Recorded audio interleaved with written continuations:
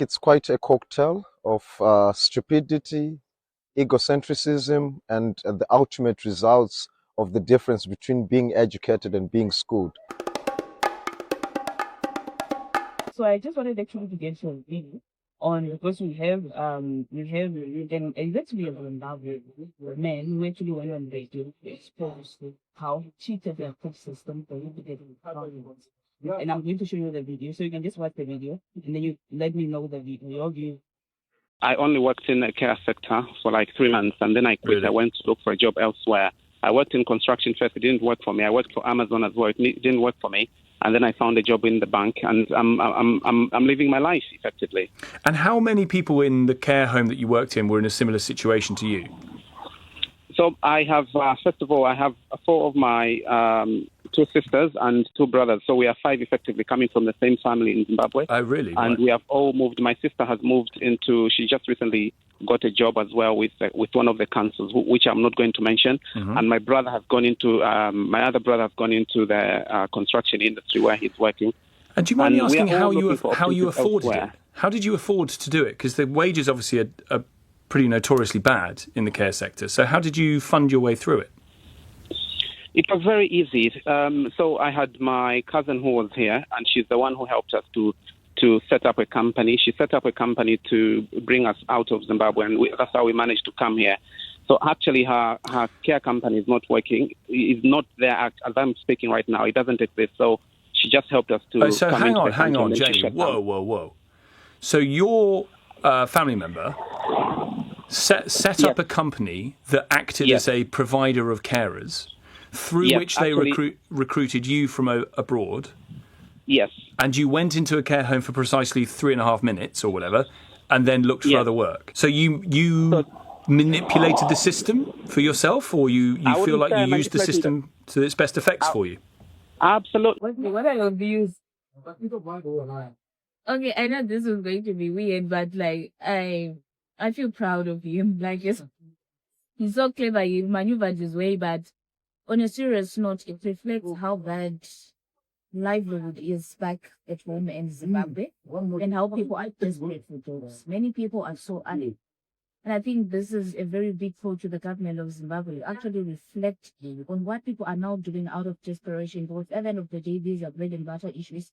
People are desperate to live, to earn a living, to send their family to school, and to afford them a good life. Yeah. So for me, I know maybe they did it indirectly. I think him coming out to the public of the situation of his family is actually to let the outside world to know how he was living, and many other Zimbabweans out there. But at the end of the day, the end just doesn't justify the man's. Whatever he did was wrong. But we also need to also look on the other hand. What can we do as Zimbabweans? What can we do as a community? What can we do as a government to actually afford our people?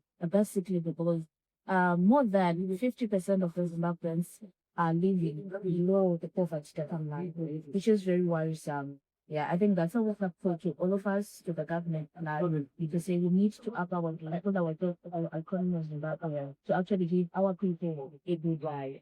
Yeah. I think it's quite saddening that people have to cheat the system just to make a living. I think what it shows is that our governments are failing in terms of providing services to the people, and especially to the people of Zimbabwe. I think it is sad that the video got out there, and that now the government knows what people are doing, and I'm sure they will try to stop people from cheating the system again. So I think this is a big call to the government to actually start putting in systems that people can actually start making a living in Zimbabwe, and they don't have to be rushing out to Europe or to the USA to try and make a living.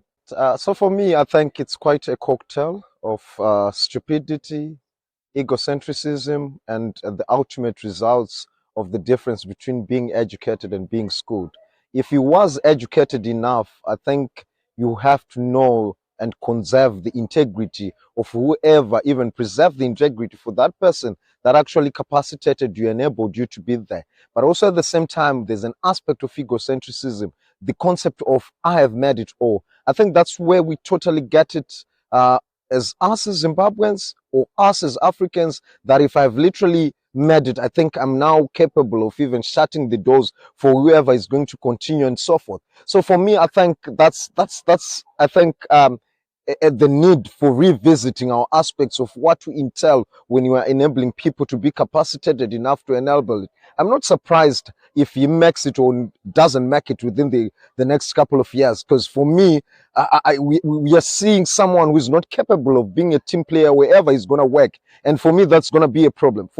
Because definitely, if you are able to be a team player, I think there's now the need for even the nakedness of of your fellow team player should be shattered by you and your capacity and your potential to preserve that integrity of being an African.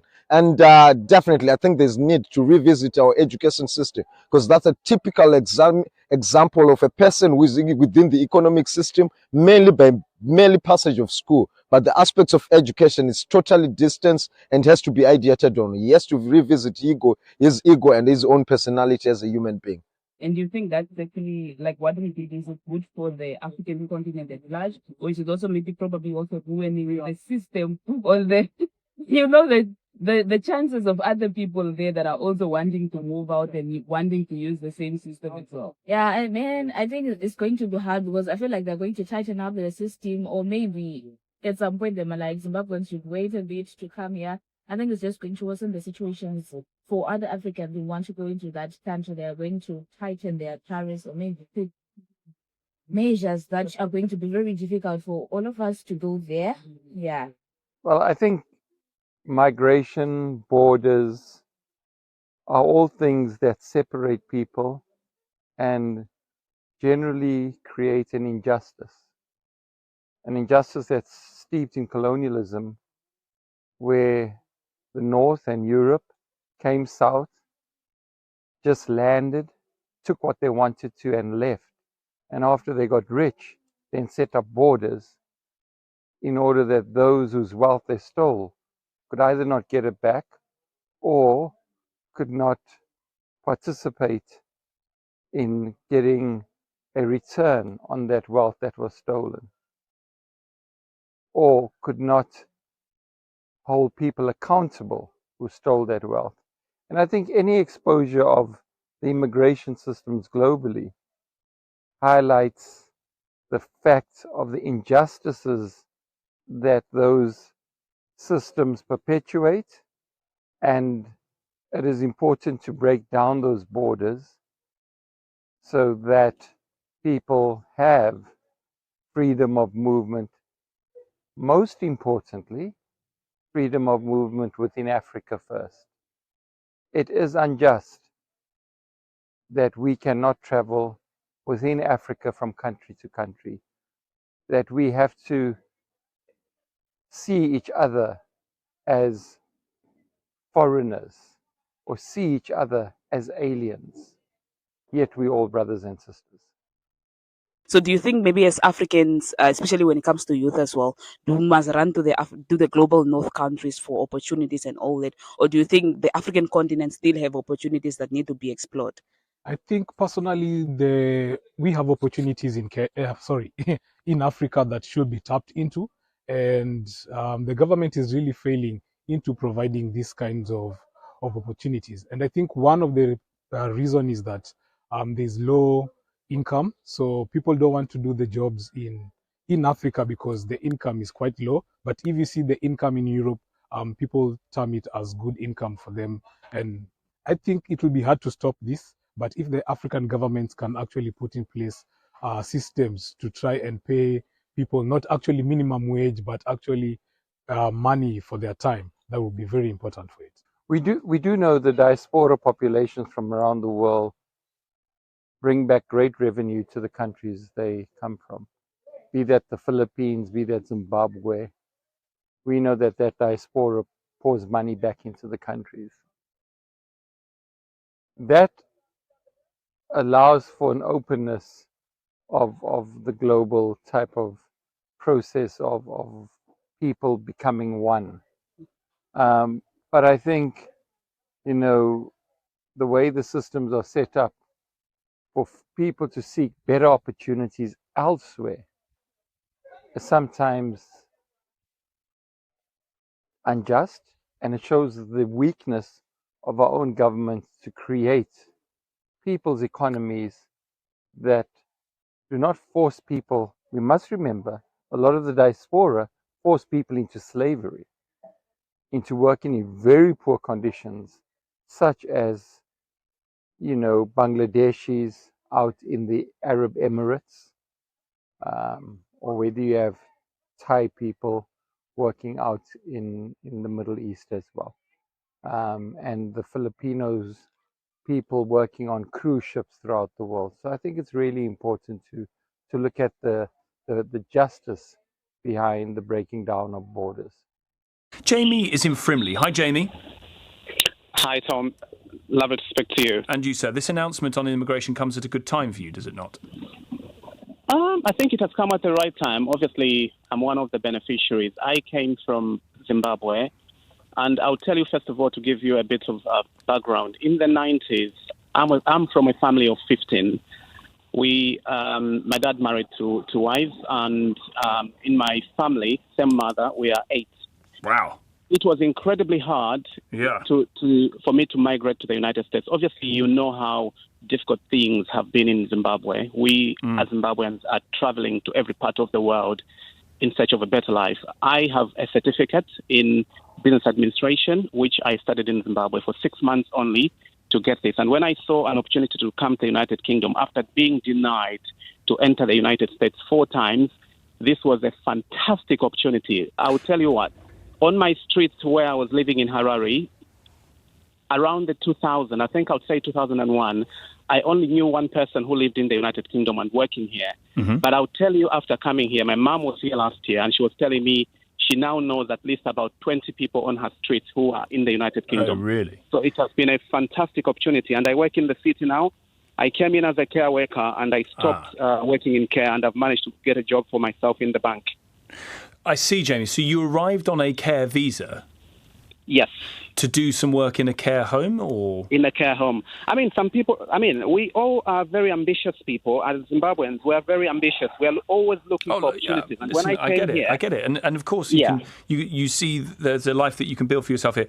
But I'm just interested in the route that then got you from the care home to the bank, as it were, and that's because the employers sponsored you for a new work visa or a different type of visa to keep you here on that one. When I got here, I actually found a Zimbabwean girl who I got married to, and that then gave me an opportunity to go elsewhere and look for a better job. And I'll tell you what, I'm not the only one. There are so many people that I know who have left care homes to go and look for other jobs in other sectors, being paid better. So if you guys are actually thinking bringing in people from outside is going to solve your problem, you must be out of your mind. It's not going to happen. We are coming here to get jobs in different sectors and not in the care sector. We can't be doing those low-class jobs that you British people are failing to get, and then you expect us to work in those sectors. So we this are is going your in stepping other sectors stone. As well. I get it. So this is the stepping stone. 100%. It's much easier to get a health care and social care visa than it is to get a visa for a job at the bank.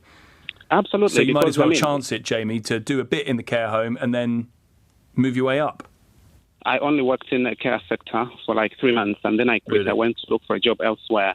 I worked in construction first. It didn't work for me. I worked for Amazon as well. It didn't work for me. And then I found a job in the bank, and I'm living my life effectively. And how many people in the care home that you worked in were in a similar situation to you? So I have, first of all, I have 4 of my 2 sisters and 2 brothers. So we are 5 effectively coming from the same family in Zimbabwe. Oh, really? And we have all moved. My sister has moved into, she just recently got a job as well with one of the councils, which I'm not going to mention. Mm-hmm. And my brother has gone into, my other brother has gone into the construction industry where he's working. And do you mind me asking how you afforded it? How did you afford to do it? Because the wages obviously are pretty notoriously bad in the care sector. So how did you fund your way through it? It was very easy. So I had my cousin who was here, and she's the one who helped us to set up a company. She set up a company to bring us out of Zimbabwe, and that's how we managed to come here. So actually, her care company is not working. Is not there as I'm speaking right now. It doesn't exist. So she just helped us to. So hang on, Jamie. Whoa. So your family member set up a company that acted as a provider of carers, through Yes, which they actually- recruited you from abroad. Yes. And you went into a care home for precisely 3.5 minutes or whatever, and then looked for Yes. other work. We looked for other work, and I was working around Frimley area. I was going in different homes, people's homes, and then that didn't really, it wasn't really the kind of work that I would really want to do. So I had to look for, an opportunity elsewhere. And that's why I ended up where I am today. And I'm loving it, really, because this would have never happened if I was looking for a job to come here to work in the bank. That would have never happened. I would have probably been in Zimbabwe right now. Yeah. But here am I. So you manipulated the system for yourself, or you feel like you used the system to its best effects for you? Absolutely. And as I'm speaking right now, I'm not the only one. There are so many people who have come in under that visa. I hear a lot of people saying they're amazing carers. They're amazing carers. Yes, there are amazing carers, but don't think they are stupid. If you guys are not going to pick up these jobs, do you think we are all going to come from all over the world to come and do those jobs? We're also looking for other better opportunities. Absolutely. I don't think anyone can be angry with you at that. Who wouldn't want to find better opportunities for themselves? How did that system get streaked by a Zimbabwean guy? I feel proud. He's so intelligent.